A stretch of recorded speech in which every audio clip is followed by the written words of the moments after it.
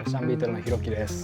はい、今回はヘッドライトについて、簡単にどんなのがあるのか、どんなメーカーのがあるのかなんていうのをご紹介できればと思います。ちょっとオーシャンビートルにあるものが限られてはしまうんですが、今あるもの、まあどういうのがつけたらこういう風に見えるよっていうのを見ていただければと思います。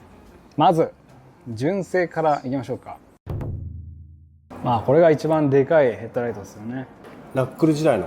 いや、これはですね、こうナッセルがついてる FL とかのタイプ。これ純正採用が確か7インチ。インチがあるんですよ。これが7インチ。ここら辺もじゃあ一緒ってことですか。この辺がね7なのか7ですかね。これ FL モデルですよね。次 FX とかスポーツスターのタイプ。まあこの辺のタイプ。これが FX。これがスポーツスターシリーズ。これ FX なんですけど、これ 5.75 インチです。まあこの2つがスタンダードで純正で使われるようなタイプになるんですけども、ハーレー独特のですね、これヘッドライトバイザーっていうんですけど、まあスポーツスターシリーズ、要は XL シリーズと、FX ビッグツインの FX シリーズについてるのがこのヘッドライトバイザーなんですが、これですね、どうやってヘッドライトついてると思いますか、安藤さん。普通に配線ですよ。そういうことなんですけど、普通の、国産車のバイクとかってこういうつき方、要はこう下から止まってるタイプだと思うんですけども、このバイザーがついてる純正のタイプは上から吊り下げになってます。固定の方法ね。電気じゃない、固定の方法ね。私の言い方が悪かったですね。ちょっと見えるかな。わかります。上に要はネジがあるってことですね。そうですね。これが結構まあそのハーレー独特の形なんじゃないかなと。ここ下が浮いてるって思うんですけど、私はこのヘッドライトバイザー大好きでして。すっきり見える感がやっぱあるんですか。そうですね。あとデザインとしてやっぱこのデザインがちょっとこう古っぽくて好きでですね。結構 SR とかのカスタムでも、あえてこのヘッドライトバイザーをつけてヘッドライトを吊り下げにする方もいらっしゃるような感じですかね。それってかっこ以外になんかヘッドライトの上がりを抑えるとかなんですか。わかんないです。ハーレー車のデザインなのかな。純正ですもんね。純正ですね。で、ここからがカスタムのお話なんですけど、要はバイクをカスタムするにあたって、この純正のままでも十分かっこいいはかっこいいんですけど、ここにこう古いパーツを入れたりとか変わった形のパーツを入れることで個性を出すことができるっていうことで、よく使われるヴィンテージヘッドライトのメーカーでいうと、ベイツ、聞いたことあります。シカゴ、ユニティ、あとヘラ、いろいろあります。アリスとか。で、この辺は多分例を挙げ始めるとキリがないので、今回は形こんなのがあるよっていうのだけ見ていただければいいかなと思います。この 5.75 インチの丸い形のヘッドライト、これのカスタムでよく使われるのがベイツのヘッドライトがよく使われます。5.75 のベイツってことですね。5.75 のベイツです。すいません、それ当時ものしかないんですか、ベイツ。ですね、要は古いタイプの当時もの各社ありますよね。それのアフターマーケットとして、それの形を言い方悪いですけどパクった形のものはいっぱい今でも新品で出てます。それはだからベイツ社ではない。ではなく。なるほど。例えばこれなんかこれベイツのレプリカなんですけど。レプリカってことですね。ご丁寧にここにねベイツって刻印入ってると思うんですけど、わかりますか。本物で言うとですね、ここにベイツのステッカーが貼ってあって、ここのライトの部分赤色、なるほど。で刻印もちょっと違った刻印が入ってます。なんで結構シールが剥がれちゃってるのとかはあるんですけど、ここの刻印を見れば本物はだいたい見分けがつくのかなっていうのと、パッと見た時にここが青だと、もうレプリカだなっていうふうに分かるような感じですかね。なるほど。なので、これも面白いところなんですけど、多分レプリカで出てるやつは赤にしたらいけないんですよ。その著作権とかどうなのか分かんないですけど、なんでアフターマーケットでここのレンズの赤だけ売ってたりします。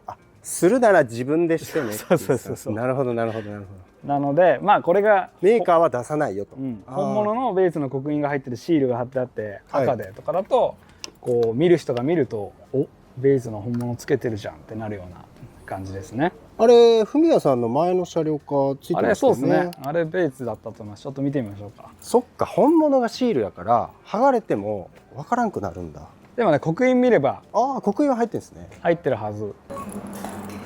これはそうですね、まさしくベイツ。レプリカと本物の違い。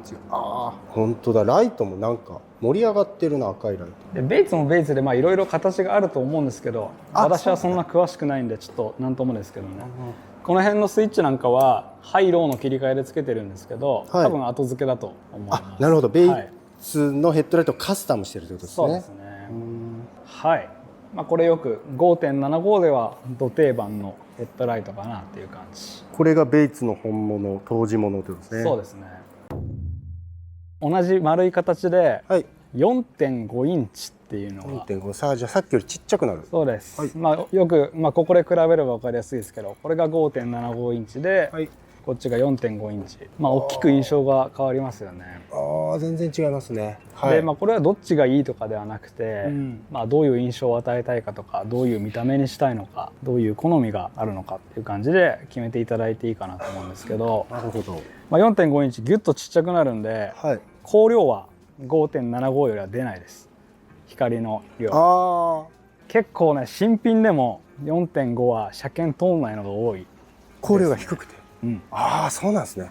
4.5 インチで古いので有名は何かって言われるとちょっといろいろありすぎて定かじゃないんですけど、それこそユニティとかはありますし、あとはガイドとかでもあるかな。ちょっとね、物がお見せできればいいんですけど、例えば純正のフォグランプでついてる、これなんかこれガイドなんですよ。ヘッドライトガイドってことですか？いや、ガイドっていうメーカーガイドのフォグランプなんですけど、これをヘッドライトに移設する人とかもいます。そっかそっか、配線を合わせれば別につくんだ。ただ、先にそのヴィンテージヘッドライトの注意点、まず光量が出ないのが多い、古いやつなので、作り自体も古いんで、めちゃくちゃ暗かったりとかが多いのと、あと車検に必要なハイローの切り替